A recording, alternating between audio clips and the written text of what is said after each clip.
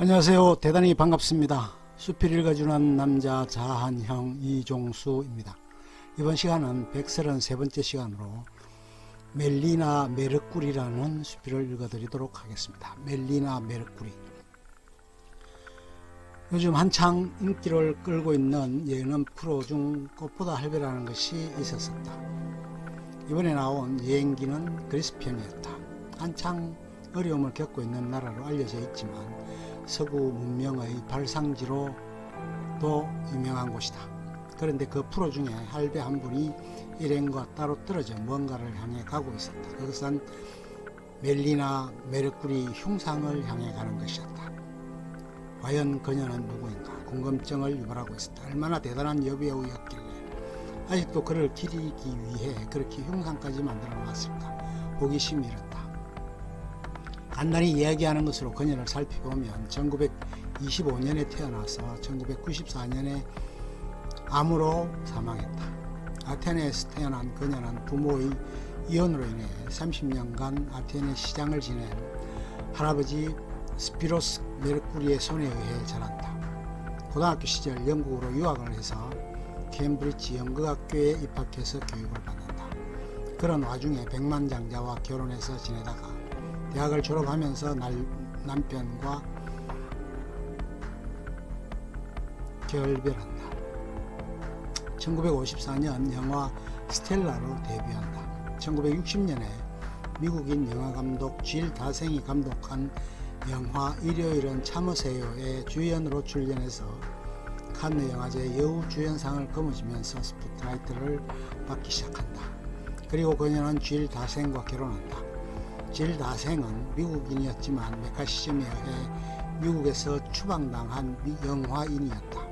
그는 그리스에 정착한다. 다음으로 1962년에 페드라 죽어도 좋아라는 영화에서 파탈적인 여주인공으로 공전의 히트를 기록한다. 그러던 중에 1967년 4월 21일에 그리스에는 군사 쿠데타가 발생한다. 요르고스 파파도폴로스 대령이 콘스탄티노스 2세를 축출하고 정권을 잡는다. 그녀는 그때 당시 프랑스에 있었는데 결국은 망명을 요청하게 되고 그리스로 돌아가지 못하게 된다. 그녀는 이렇게 말했다. 쿠데타는 나에게 급탈과도 같은 영향을 미쳤다. 급탈당하면서 조용히 반응할 수는 없을 것이다. 부르짖고 반항하며 핥힐 것이다. 그녀는 결국 뉴욕까지 가게 된다. 그리고 그곳에서 뮤지컬 배우로 활동한다. 그러면서 반정부 인사들의 자금 지원을 적극적으로 돕게 된다. 군사정부는 그녀를 반정부 인사로 지목하게 되고 그녀의 모든 그리스 내 재산을 몰수하고 암살까지 기도하게 되지만 숲으로 돌아가기도 한다. 그녀는 이렇게 호소했다. 군쟁이 계속되는 동안에는 아무도 그리스를 여행하지 마라. 군부의 시녀였던 그리스 정교회는 그녀를 파문한다. 그녀는 절규했다. 나는 그리스인으로 태어났고 그리스인으로 죽을 겁니다. 파코스타는 파시스트로 태어났고 파시스트로 죽을 겁니다. 이렇게 말한 것은 그리스 레지스탕스들의 슬로건이 되었다. 그녀는 그때 당시 세계적인 프리마돈나 마리아 칼라스에게 자신처럼 그렇게 조국 그리스를 위해 노력해 줄 것을 요청하지만 칼라스는 이런 지하에 거절하고 말았다. 어느 기자가 물었다. 어떻게 그렇게 자연스럽게 눈물을 흘릴 수 있고 그것이 그렇게 순조로울 수 있습니까? 그녀는 그렇게 기자에게 얘기했다. 나는 눈물을 흘려야 할 슬픈 상황이 되면 그렇게 생각했습니다. 나의 조국 그리스를 생각합니다. 그러면 저절로 슬픔에 젖어들게 되고 나도 모르게 눈물을 흘리게 된다. 1967년 7월 12일 드디어 군사정부가 종국을 고한다. 드디어 그녀는 망명 생활을 청산하고 거긴 그리스로 들어온다. 그리고 사회당 소속으로 국회의원에 출마한다. 그러나 33표 차로 낙선하고 만다. 다음 선거에서 그녀는 압도적인 표차로 국회의원이 된다. 그러던 그녀는 81년 문화부 장관으로 발탁되어 89년까지 오랫동안 장관직을 수행하게 된다.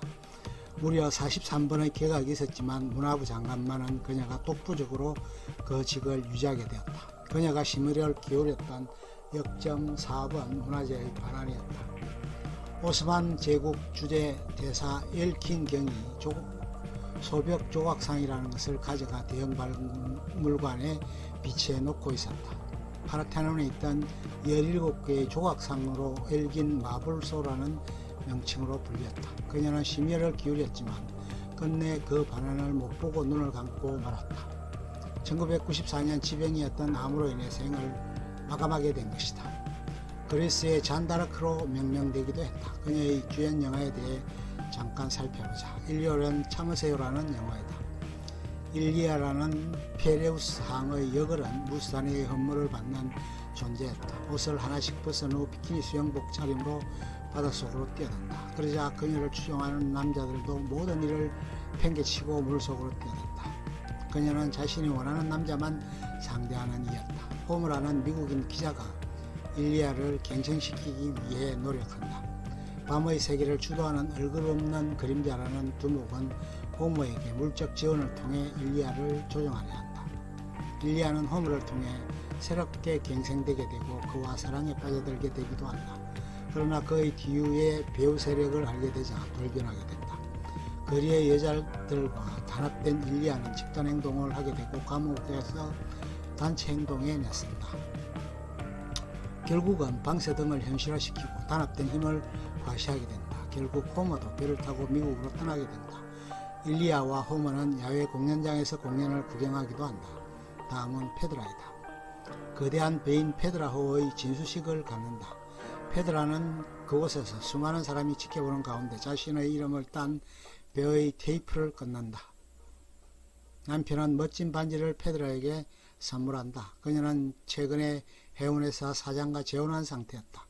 자신의 집안도 굴지의 해운회사를 갖고 있는 상황이었다. 남편에게 젊은 아들이 있었다. 이 결혼에 불만을 품은 채 영국에서 미술학도로 공부를 하고 있었다. 페드라는 그를 설득하기 위해 영국행을 감행한다. 그리고 둘은 사랑에 빠져버렸다. 꿈같은 나날을 보낸 둘은 이제 그리스로 돌아올 수밖에 없는 입장에 처한다. 결국 남편에게 사실을 고백한 페드라는 고민에 빠진다. 남편은 아들을 다른 처녀에게 결혼시키려 하지만 페드라의 반대에 직면하게 되고 새엄마를 사랑한 아들을 혼내킨다. 결국 아들은 차를 몰고 해변가로 달려가고 마지막으로 페드라를 연호하며 절벽 아래로 떨어진다. 그러던 차에 페드라는 약을 먹고 생애의 마지막 순간을 맞는다. 그리스의 배우 겸 가수 겸 국민적 영웅으로 칭송받는 이로 여겨졌다. 이탈리아의 여우 소피아 로렌이라는 이가 있는데 그 배우와 비슷한 인상으로 다가오기도 했다. 그런데 내막을 알고 보니 차원이 다른 듯했다. 조국을 사랑했고 열정적으로 삶을 살았던 것에서 충분히 동상이 세워질 만한 국민적 흠모를 받았음직했다. 죽은 후 4일 동안 추모기간으로 정하고 모든 이들이 고인을 추억하고 기도드리도록 했단다. 참으로 대단한 매력구리가 아닐 수 없는 부분이었다. 우리에게도 이런 국민적 숭상의 대상이 되는 지도자를 가져볼 수는 없을까 하는 회한이 든다. 끝. 좋으면 좋아요, 구독 눌러주세요. 감사합니다.